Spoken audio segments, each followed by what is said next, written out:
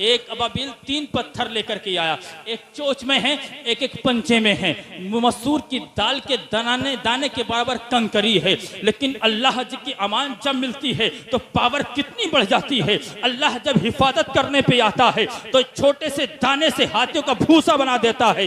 अल्लाह अकबर मेरे प्यारे भाई। अब अबाबील आए हैं, आलम किया है जिस पत्थर को जिस काफिर पे लगना है उस पत्थर पे उस काफिर का नाम भी लिखा हुआ है। और अबाबीलों को लश्कर आया, अबाबीलों ने ऊपर से पत्थर छोड़ने शुरू किए मुसलमानों। अल्लाह अकबर मेरे प्यारे भाई। तो आलम यह है कि जिस काफिर पे पत्थर गिरता है सर को चीरता हुआ, पूरे बदन को चीरता हुआ पार निकल जाता है, हाथी को चीरता हुआ पार निकल जाता है। अल्लाह ने पूरा जिक्र कुरान पाक में बयान किया है। अल्लाह कुरान में इरशाद फरमाता है, हमने उन हाथियों को ऐसा बना दिया जैसे कि खाया हुआ भूसा बना दिया जाए। प्यारे, घबराने की कोई बात नहीं है। कुछ लोग ऐसे हैं जो सस्ती शोहरत हासिल करना चाहते हैं। आज के इस दौर में अगर मशहूर होना है, शोहरत पानी है तो इस्लाम के खिलाफ बोल जाओ, कुरान के खिलाफ बोल जाओ, मुसलमानों के खिलाफ बोल जाओ। रातों रात में इतनी शोहरत पूरी दुनिया जान जाती है ये कौन है। ये जलील इंसान भी उन्हीं में से एक है। इसने सस्ती शोहरत हासिल करने के लिए कुरान के खिलाफ आवाज उठाई है। मुसलमानों, कुरान के खिलाफ आवाज जो उठाते हैं उनके खिलाफ एहतजाज का जो तरीके लोगों ने राइज किए हैं वो अपनी जगह है, लेकिन एक तरीका मैं आपको बता करके जा रहा हूँ। मुसलमानों जो कुरान के खिलाफ बोल रहे हैं उन्हें तो कुरान के खिलाफ बोलने दो। कुरान की हिफाजत करने पर अल्लाह कादिर है, अल्लाह हिफाजत करेगा अपने कलाम की। मुसलमानों तुम्हारी जिम्मेदारी ये है, तुमने आज कुरान को ताक में सजा दिया है। आज कुरान का हमारे घरों में हाल ये है कि कुरान ताक में रखे रखे उस पे गर्द जम जाती है। जब कोई तलाक का नाम आता है तो कुरान को उठाया जाता है, जब कोई किस्म कसम खाने की बात आती है तो कुरान को उठाया जाता है। मुसलमानों, कुरान को ताकों में न सजाओ बल्कि कुरान को अपने सीने में सजा लो। कुरान को इतना पढ़ो ताकि कुरान के खिलाफ बोलने वालों के कान कुरान की तिलावत से पक जाए और उनका दिल फट जाए और वो कहने पे मजबूर हो जाए, यार हम कुरान के खिलाफ ना बोलते तो अच्छा था, हमने तो कुरान के खिलाफ बोलकर कोई मुस्लिम को आगाह कर दिया है, इसको जगा दिया। बहुत अच्छा भाई, कुरान की तिलावत करो, इन्हें लगाने दो पाबंदी। ये कागज से पाबंदी लगाएं, परहेज से पाबंदी लगाएं। कुरान कागज का मजबूर नहीं है, कुरान परहेज का मजबूर नहीं है। मेरे प्यारे भाई, कुरान को लोग मेरे प्यारे कागज से मिटा सकते हैं, परहेज से खत्म कर सकते हैं, लेकिन कुरान को अल्लाह करीम ने वो शान अता फरमाई है कि मेरे रब ने इस कुरान को इस कौम मुस्लिम के छोटे छोटे बच्चों की सीनों में महफूज कर दिया है। इनके सीनों से कोई कुरान को निकाल नहीं सकता है। कारी गुफरान जैसा हाफिज मौजूद हो, हाफिज अल्ताफ जैसा हाफिज मौजूद हो, तो कसम खुदा की ऐसे करोड़ों हुफाज मौजूद हैं, इनके दिलों से कौन है जो कुरान को निकाल क्या कहने नहीं निकाल सकते। मेरे प्यारे भाइयों, कुरान पढ़ो, कुरान पढ़ो और कुरान की खूब तिलावत करो। जब कुरान की तुम खूब तिलावत करोगे, कसम खुदा की तुम्हारे घरों बरकत भी होंगी, रहमतें भी नाजिल होंगी और परेशानी भी दूर होती चली जाएगी।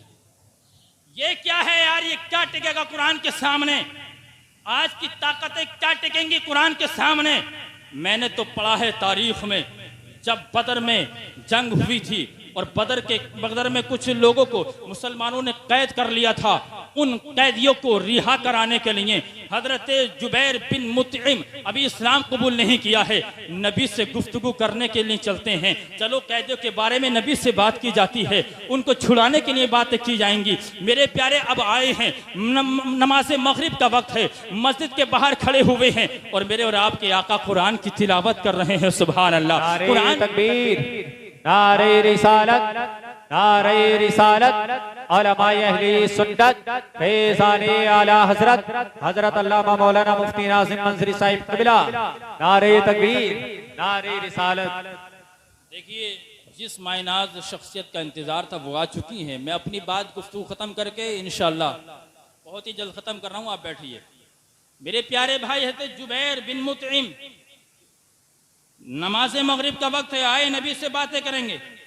कैदे को छुड़ाने के लिए बातें होंगी, लेकिन जब आए मेरे रब के आका कुरान की तिलावत कर रहे हैं नमाज में, सूरे तूर की तिलावत हो रही है, और तिलावत करते करते जब मेरे और आपके प्यारे आका पहुंचे, इन्ना आज़ाब रब्बिका लवाक़ी मा लहू मिन दाफ़ी, इतना सुना जुबैर बिन मुतइम ने मस्जिद के बाहर खड़े हैं, कुरान को इतना सुना मेरे प्यारे भाई, बयान करते हैं कि जब ये आयत, इस आयत की आवाज मेरे कान में पहुंची, मुझे ऐसा लगा कि अल्लाह का अजाब मेरी तरफ लपक रहा है, अल्लाह के अजाब ने मुझे कैद कर लिया है, मुझे घेर लिया है।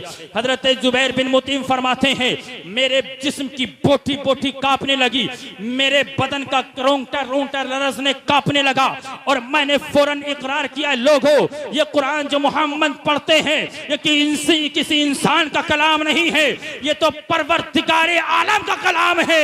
और फरमाते हैं मैंने फौरन कलमा पढ़ के इस्लाम कबूल कर लिया। हजरत उमर इस्लाम कबूल नहीं कर पाए, इस्लाम कबूल करने से पहले कितनी दुश्मनी करते थे इस्लाम से। घर से तलवार लेके निकले, मियान से बाहर तलवार है, नंगी तलवार लेके निकले, इस्लाम के दाई का सर कलम करके लाएंगे, कुरान को मिटा करके रहेंगे।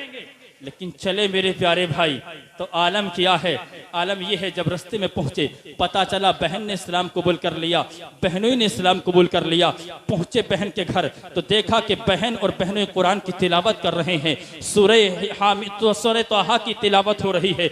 उमर ने जब कुरान की तिलावत सुनी, उमर के दिल की दुनिया बदल गई, उमर के दिल में इनकलाब पैदा हुआ, और ऐसा इनकलाब पैदा हुआ, घर से निकले थे सर कलम करने के लिए, लेकिन कुरान सुनने के बाद उमर ने तलवार को फेंक दिया और नबी के कदम में सर रखने के बाद कहा था, ऐ मोहम्मद, आज तक तो गुमराह था मैं, आज तक तो इस्लाम से दुश्मनी रखता था, ऐ मोहम्मद जल्दी करो, अब उमर को कलमा पढ़ा के मुसलमान कर लो। तुम जो कलाम पढ़ते हो ये जादू नहीं, ये सहर नहीं, ये तो वाकई अल्लाह का कलाम है। और इस्लाम को कबूल करने के बाद किया था, अर्ज किया था, आका अब जब आप चाहें इस्लाम को, इस्लाम के नाम पर उमर को कुर्बान कर सकते हैं। बेशक बेशक, सुभान अल्लाह, बहुत अच्छा। मेरे प्यारे भाई और पढ़ो, तारीख के सफात को उठाओ तो आपको मिलेगा इन कुरैश मक्का का, फुसहाए अरब का, जिसको इमाम माना जाता था, उतबा बिन रबिया, बड़ा फसीहुल लिसान इंसान था, बड़ा बलीगुल लिसान था, मेरे प्यारे से अपनी अरबी जबान पे बड़ा नाज था, इसे अपनी भाषा में बड़ा नाज था, तकब्बुर था। अब ये भी चला है कुरान के मुकाबले के लिए, लेकिन मेरे प्यारे जब सुनता है सूरह हामीम की इब्तिदाई आयतें, मेरे आका से इब्तिदाई आयतें सुनी है, इसका पूरा बदन लर्जा बरंदाम हो जाता है, पूरा बदन कांपने लगता है, और ये कांपते कांपते हुए मेरे प्यारे कुरैश मक्का की तरफ भागते कांपते दौड़ता है और कहता है, लोगों जिस कुरान को तुम मिटाने की बात करते हो, जिस कुरान को तुम जादू कहते हो, जिस कुरान को तुम सहर कहते हो, जिस कुरान को तुम कहानत कहते हो, याद रखो ये कुरान ना तो सहर है, ये कुरान ना तो जादू है, ये कुरान ना तो कहानत है। कसम खुदा की इस कुरान के किसी भी लफ्ज का मुकाबला हमारी फसाहत और बलागत में नहीं मिलता। ये तो परवरदिगारे आलम का कुरान है। मेरे प्यारे ऐसे एक नहीं लाखों वाकयात है जब ऐसे फुसहाए अरब के, मेरे प्यारे भाई फुसहाए अरब जिन्हें अपनी अरबी जबान पर नाज था, वो कुरान का मुकाबला ना कर सके, कुरान के सामने न ठहर सके, तो वो इंसान जिसे सही से उर्दू भी ना आती हो वो कुरान का मुकाबला क्या करेगा। मुसलमानों ये शेर अपने जहनों पे लिख दो, अपने बच्चों के जहनों पे लिख लो, है कौले मोहम्मद कौले खुदा के फरमान न बदला जाएगा, बदलेगा ज़माना लाख मगर कुरान न बदला जाएगा। सुभान अल्लाह, सुभान अल्लाह, सुभान अल्लाह। घबराने की कोई बात नहीं है, परेशान होने की कोई बात नहीं है। मुसलमानों, अल्लाह से अपने रिश्तों को मजबूत करो, अपने रिश्तों को अपने रब से मजबूत करो। जिस दिन तुमने अपने रिश्तों को अपने रब से मजबूत कर लिया तो मेरे प्यारे वक्त दूर नहीं है कि हुकूमत तुम्हारे कदमों को चूमती हुई नजर आएगी। शायद ने कहा है तरीक़े मुस्तफ़ा को छोड़ना है वजह बर्बादी। इसी से कौम हुई दुनिया में बेइख्तिदार अपनी। और एक शायरी कहता है, रिश्ता वफा का नामे मोहम्मद से तोड़कर ये कौम जा रही है तबाही के मोड़ पर। मेरे प्यारे काफिर क्या समझते हैं जो अपने दिल में हंसते हैं, अभी तो करबला का आखिरी मैदान बाकी है। मेरे प्यारे भाइयों, कुरान पाक की तिलावत करो, कुरान पाक की तिलावत करो, इतनी तिलावतें करो जब सुबह को गलियों से मुसलमानों की कोई निकले तो उसे हर घर से कुरान की आवाज आए, कुरान की तिलावत की आवाज आए। मुसलमानों कुरान पढ़ो, अल्लाहु अकबर। मेरे प्यारे भाई, वो पहला दौर था, सुबह को जब बेदार हुआ करते थे तो कुरान की घर घर में तिलावत हुआ करती थी, रहमत व नूर की बारिश हुआ करती थी। मेरे प्यारे भाई, वक्त काफी हो चुका, अभी हज़रत का खिताब सुनना। एक छोटी सी हदीस का मफहूम समात कीजिए, उसके बाद तकरीर खत्म है।